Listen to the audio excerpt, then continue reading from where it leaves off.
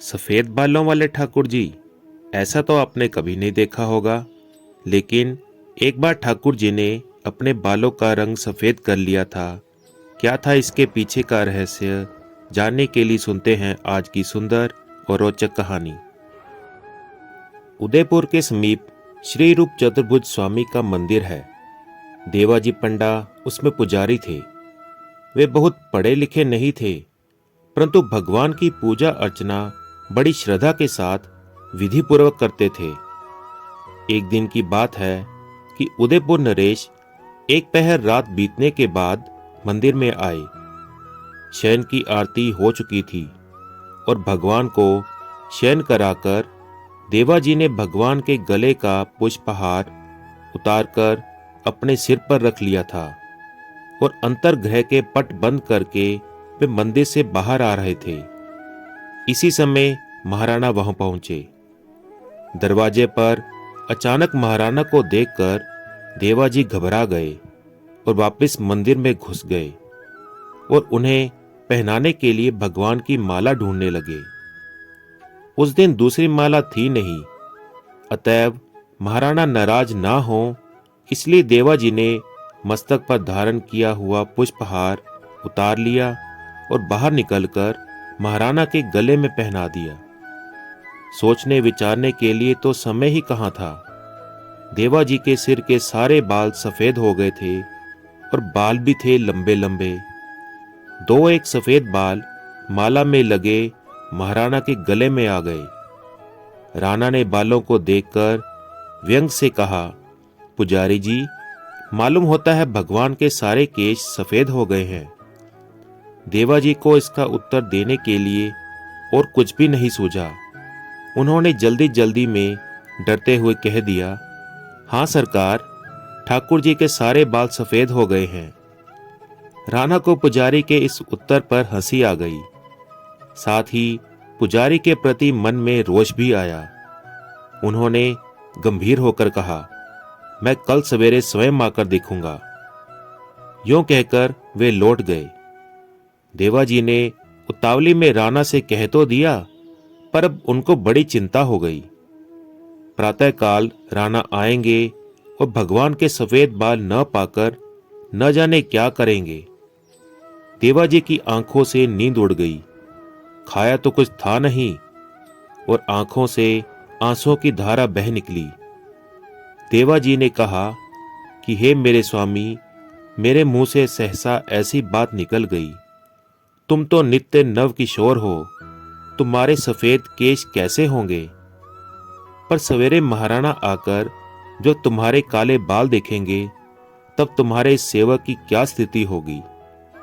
यूं कहकर देवाजी फूट फूट कर रो पड़े। इसी प्रकार भगवान को पुकारते और रोते कलपते रात बीत गई। प्रातः देवाजी ने नहा धोकर कांपते कांपते अंतर्गृह के किवाड़ खोले।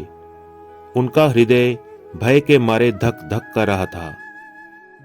किवाड़ खोलते ही देखा कि कल्याण में कृपा कल्पत्रु श्री विग्रह के समस्त केश सफेद हो गए हैं।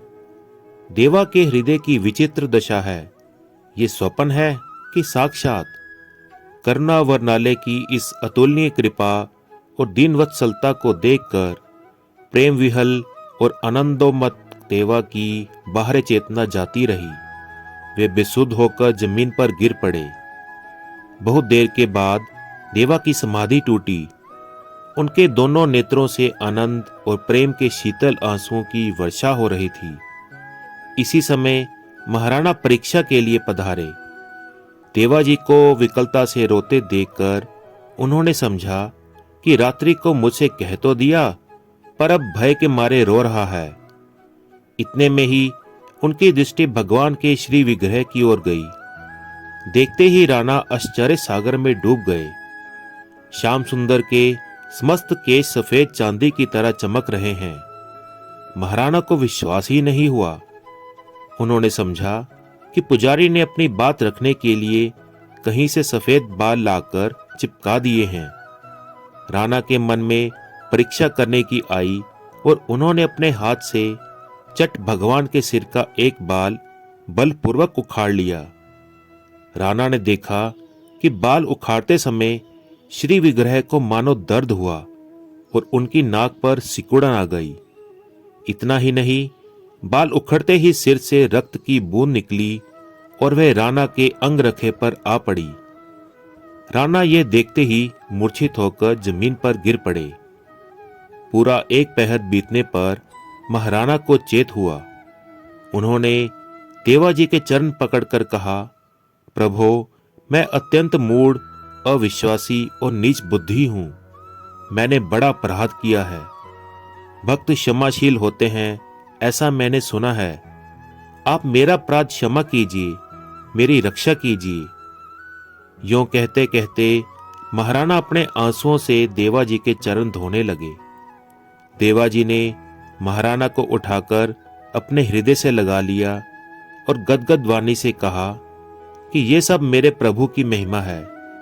मैं अशिक्षित गंवार केवल पेट की गुलामी में लगा था।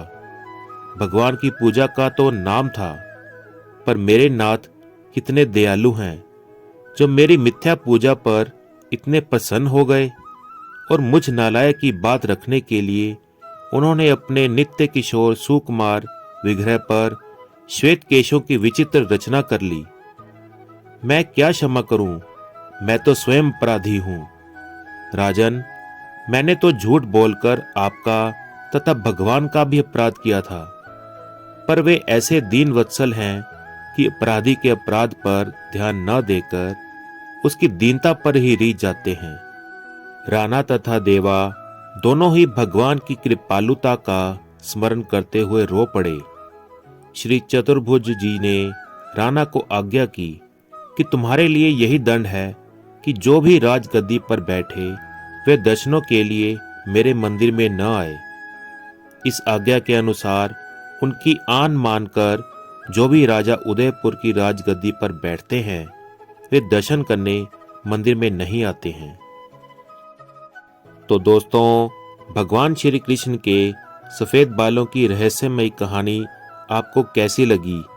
अगर अच्छी लगी तो प्लीज इसे लाइक करें और अपने दोस्तों के साथ शेयर करना ना भूलें। अरे रुको रुको रुको, इतनी अच्छी कहानी सुन भी ली और चैनल को सब्सक्राइब भी नहीं किया। तो चैनल को सब्सक्राइब करने के लिए रेड बटन को दबाएं और साथ ही बेल आइकन को दबाना ना भूलें, ताकि आपको आगे भी इसी प्रकार की अच्छी अच्छी, सुंदर, रोचक और धार्मिक कहानियाँ सुनने को मिलती रहें। तो मिलते हैं फिर अगली कहानी में। धन्यवाद। जय श्री कृष्णा।